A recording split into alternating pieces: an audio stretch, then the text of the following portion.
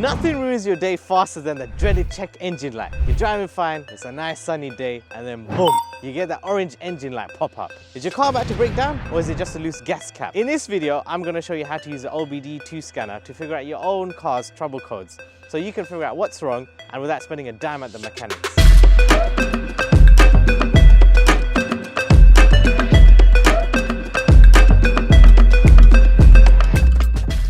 What is an OBD-II scanner?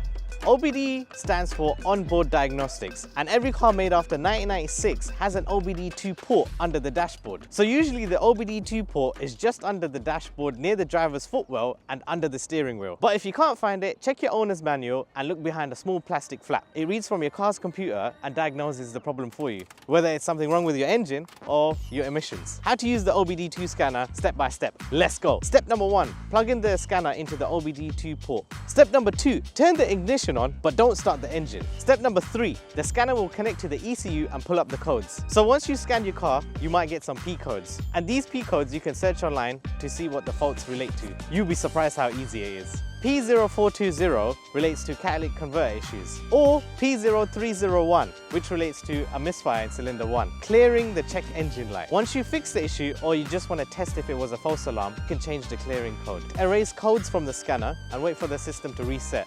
But if the light still comes back on, that's your car telling you that the problem still exists. If your check engine light is flashing, then it's serious.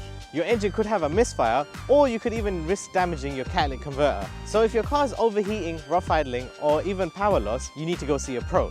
But if it's a loose gas cap or a sensor issue, the OBD-II scanner is your best friend. So now we're going to use the OBD-II scanner on this BMW 330i, which is from 2005. So I assume there's going to be a lot of P codes coming up on this thing. So this is the OBD-II scanner, and now we're going to plug it in and find out how many P codes come up and see how expensive this old banger is going to cost us. So as you can see, we plugged in the OBD-II scanner into the car port. It's turned on, and we're going to press OK on OBD, and we're going to find some codes and let's see what comes up.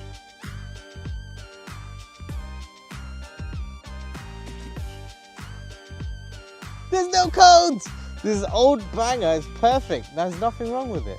So this car was from 2005. This car's 19 years old and there's no P codes, there's nothing wrong. So this OBD-II scanner is telling me there's nothing wrong from the engine all the way to the emissions. It's running perfectly smooth.